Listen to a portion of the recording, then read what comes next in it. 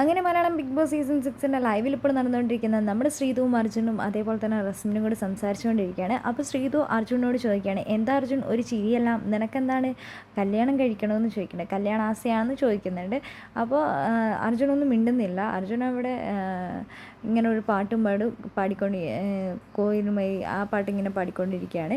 അപ്പോൾ നമ്മുടെ ശ്രീതു പിന്നെയും ചോദിക്കുന്നുണ്ട്, എന്താ അർജുൻ, എന്താ കല്യാണ ആശയാണോ എന്നിങ്ങനെ ചോദിക്കുന്നുണ്ട്. അപ്പോൾ അർജുൻ ഒന്നും മിണ്ടുന്നില്ല, പിന്നെയും മിണ്ടാതിരിക്കുകയാണ്.